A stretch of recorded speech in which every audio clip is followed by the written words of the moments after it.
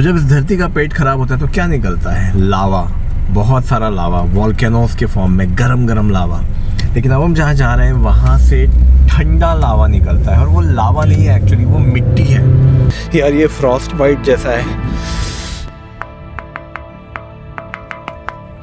Mercedes E350D ये मुझे मिली सिर्फ 4 मनात में, मतलब करीब 200 रुपये में। ये कितनी अजीब सी बुक है, मतलब इसके पन्ने जो हैं छोटी छोटी स्ट्रिप्स हैं बेसिकली, उन पे कुछ कुछ लिखा हुआ है। ध्यान दीजिएगा मेरी बात पे, अगर आप ये नहीं कर रहे हैं तो आप एक सच्चे भारतीय नहीं हैं। कि मुझे है ना पिछले 2 रातों से बहुत अच्छी नींद नहीं आई है। और जब आप अपने टाइम से पीछे जाते हो तो होता क्या है कि जैसे मान लो यहाँ पे बज रहे हैं सुबह के 7:30, लेकिन आपकी बायोलॉजिकल क्लॉक के हिसाब से 9 बज चुके हैं इंडिया के हिसाब से। तो आपके दिमाग को और आपकी बॉडी को ये लगेगा कि 9 बजे भैया उठ जाओ, उठने का टाइम हो गया, काम नाम पे जाओ।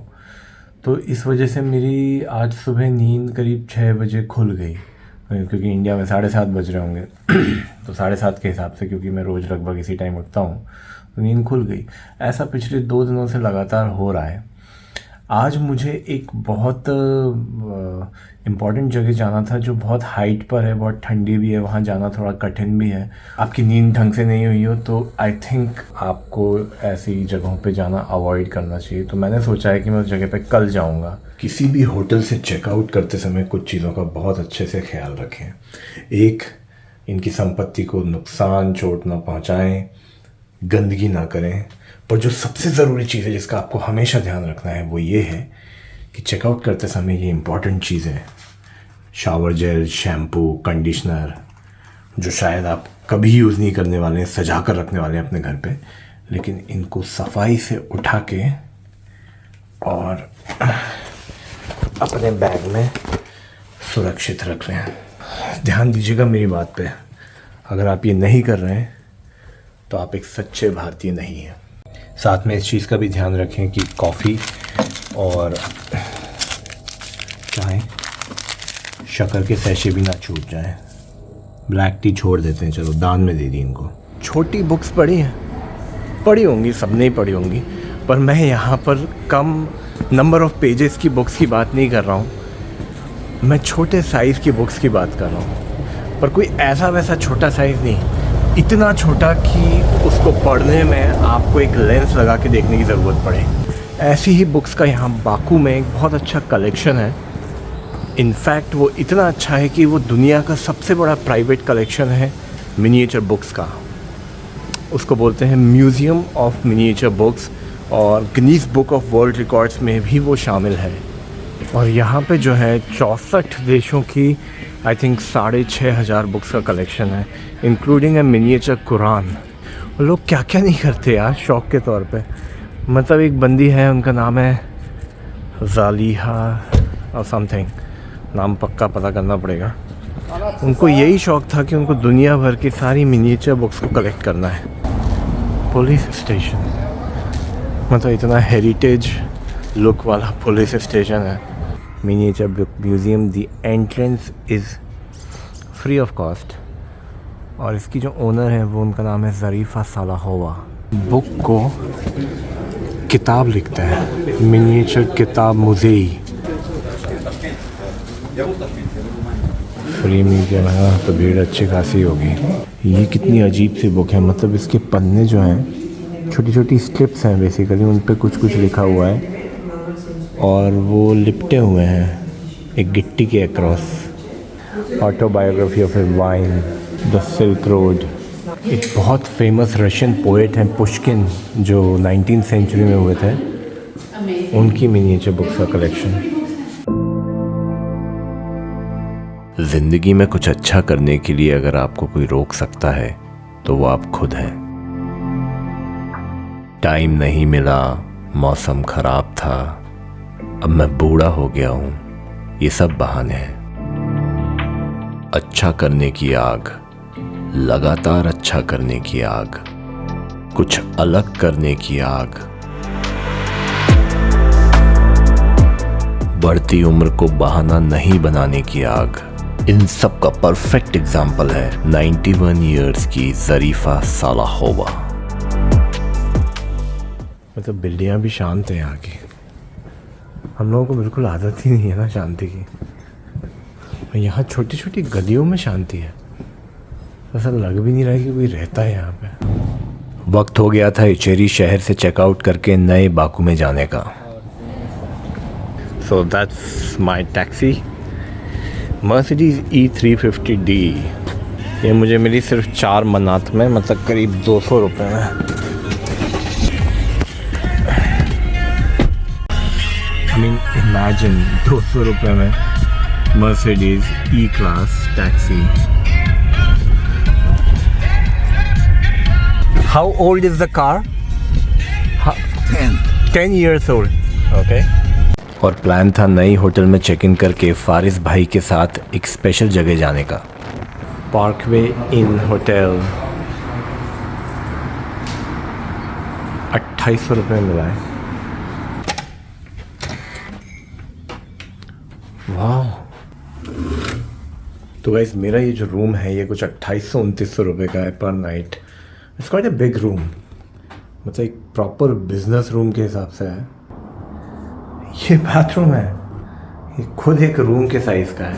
तो ये एक बड़ी समस्या है यार यहाँ पे अभी तक। मतलब शाह पैलेस होटल में भी थोड़ी बहुत दिक्कत गई थी, यहाँ पे तो कोई भी पॉइंट नहीं है जिसमें मेरा चार्जर फिट होता हो। ये सिंगापुर जैसी माहौल है। तो मुझे ये रिसेप्शनिस्ट ने कन्वर्टर ला के दिया है 3 पिन। इसको ट्राई करते हैं। यस, अब हो गया मेरा phone charge. It was your hotel, you couldn't sleep. You know, I think this hotel is much better. Which, this one? Yeah, much better. The much bigger room. It was just And how much? 60 manat including taxes and everything. I told you. Yeah.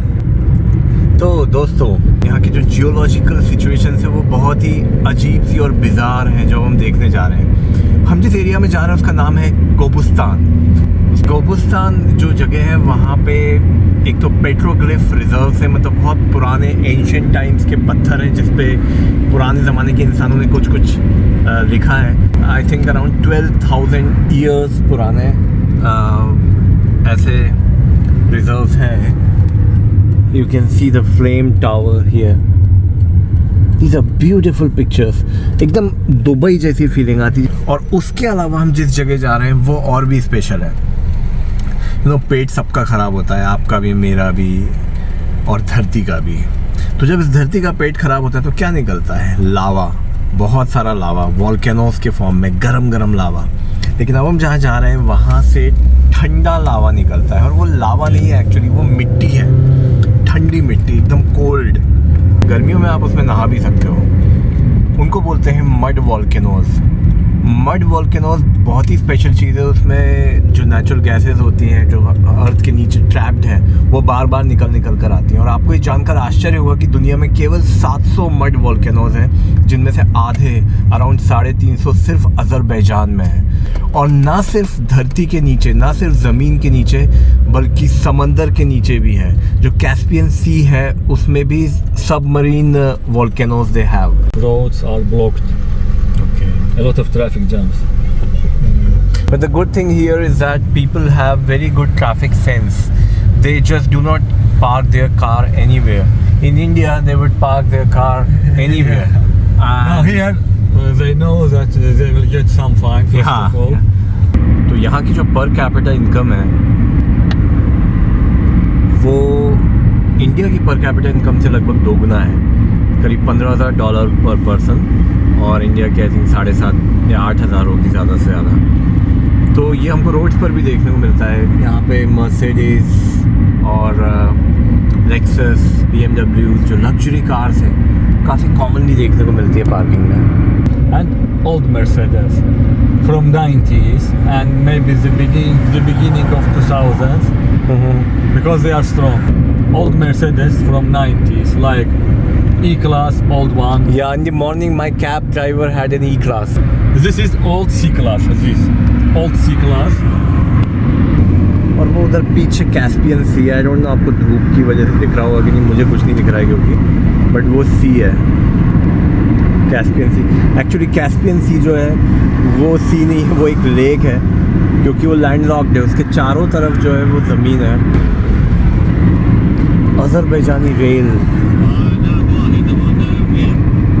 तो यहाँ दो तरह के mud volcanoes हैं।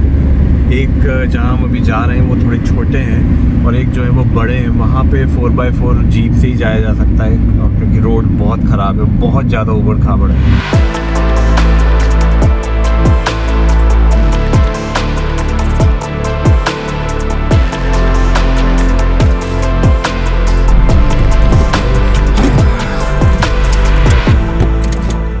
Cap?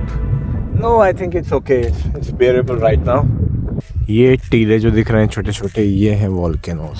से बाहर निकली हुई मड भी दिख रही है। अब आप देखिए,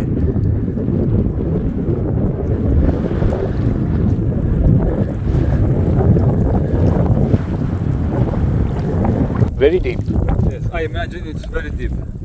So if by mistake you put a foot inside and you might fall down. मतलब आप देख रहे हो यहाँ से देखने में तो ये बहुत छोटे छोटे से टीले हैं, लेकिन यहाँ पे ये बहुत गहरे हैं, क्योंकि ऑफ कोर्स वोल्केनो है ना, तो बहुत अंदर से नेचुरल गैस जो है वो प्रेशर के साथ बाहर आ रही है। इसको टच करके देखता हूँ। यहाँ इट्स कोल्ड यार, हाथ तो फ्रीज हो गया एकदम। एक्चुअली बहुत ठंडा है। So what happens if I'm standing here and an eruption occurs? I take a bath, mud bath. Oh, my fingers, they're very cold. Ooh. ये रास्ते बना रहे हैं अभी, अंडर कंस्ट्रक्शन है, जिसपे आप चल कर आ सकते हो, और फिर ये मड वोल्केनोज आप देख सकते हो। कितनी मस्त चीज़ है यार। अपने आप कुछ सेकंड्स में, हार्डली 3-4 सेकंड्स में इरप्शन तो नहीं बोलेंगे, थोड़ा सा बबल जैसा आता है और मड बाहर निकलती है। यहाँ पे अभी इतनी तेज़ ठंडी हवा है कि मैं बता नहीं सकता हूँ। और मैंने अपनी 2 उंगलियाँ डाल दी हैं इसके अंदर। उस समय थोड़ा ठंडा लगा था, पर उसके उंगली निकालने के बाद इतना ज़्यादा ठंडा लगा है कि मुझे लिटरली अपने हाथ जेब में डालकर पहुँचना पड़ा है। नासा के भूवैज्ञानिकों का मानना है कि मड वोल्केनोज की ज़मीन मार्स की ज़मीन से मिलती जुलती है। नेचुरल गैस के ये बुलबुले मानो धरती के शब्द हों। यार ये फ्रॉस्ट बाइट जैसा है। कार तक जाकर जल्दी से इसको धोना पड़ेगा, या फिर किसी टिश्यू पेपर से पोंछना पड़ेगा। अभी जेब में कुछ रखा भी नहीं है। Yes, this will be better. Give me this one. ये है पेट्रोग्लिफ म्यूजियम रिजर्व। पेट्रोग्लिफ मतलब पत्थरों पे जो कलाकारी, चित्रकारी पुराने ज़माने के इंसान ने करी है, उसको कंजर्व करके रखा गया है। टूटे हुए पत्थर लग रहे हैं अभी तो, लेकिन उस ज़माने में आज से 12,000-15,000 साल पहले वो बड़ी पहाड़ियाँ रही होंगी, वो टूट टूट के छोटे टुकड़े हो गए। उन्हीं पर पेट्रोग्लिफ्स बने हुए हैं। इंसान ने हर तरह की कलाकृतियाँ बनाई हैं। सूअर, हिरण, दूसरे जानवर जो उसने डोमेस्टिकेट किए, या जंगली जानवर वो भी, और उसके साथ बर्ड्स भी। इंसानों को तो बनाए ही, अपने नृत्य करने के फ़ोटोज़ भी बनाए उन्होंने। लोमड़ी, लकड़बग्गा, सियार, जंगली सूअर, हिरण नहीं, बारहसिंगा। 12 रूम्स में फैला ये म्यूज़ियम उन लोगों को बहुत पसंद आएगा जिनको हिस्ट्री में इंटरेस्ट है, पर जिनको इंटरेस्ट नहीं भी है उनको ये आदमी बहुत पसंद आएगा। 12,000 साल पहले लोग गुफाओं पर कैसे निशान और चित्र बनाते थे, उसका एक 3D रिप्रेजेंटेशन यहाँ दिखाया गया है। यह कला उन भारतीयों में आज भी जिंदा है जो पत्थरों पर आई लव यू लिख देते हैं। अभी ये छोटे छोटे पत्थरों का ढेर लग रहा है, लेकिन पहले ये पहाड़ कुछ ऐसे लगते होंगे।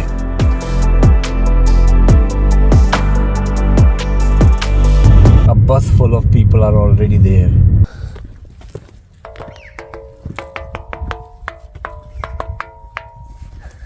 That's nice.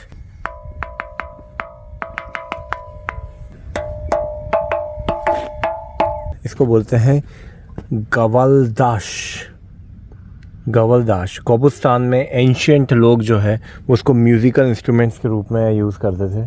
जहाँ पे आपको मार्क्स दिख रहे हैं स्टोन के, वहाँ पे पता चलता है कि स्टोन मारे गए हैं। वो एरियाज़ जो हैं वो ज़्यादा उभरे हुए हैं तो उनसे साउंड रिवर्बरेट करता है, मतलब बार बार टकरा कर निकलता है तो आवाज़ गूंजती है और म्यूज़िकल लगती है।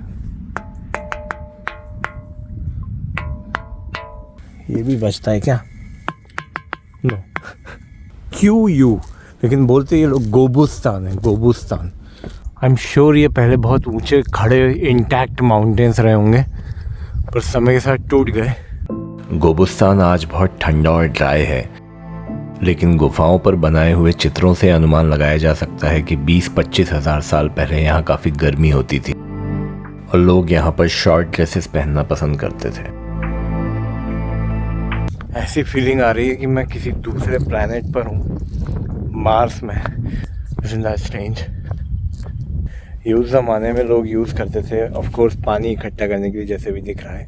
किसी को सेक्रीफाइस करके और ब्लड इकट्ठा करना है तो इसके अंदर कर लो। इसके अंदर खाना भी बनाते थे कई लोग।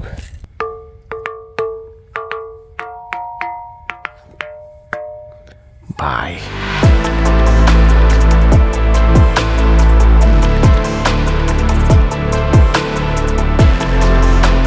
अब टाइम है एक लंबी हाइक करके यूरोप के सबसे ऊंचे विलेज पे जाने का। उमा? हाँ, दंडमार डंडमार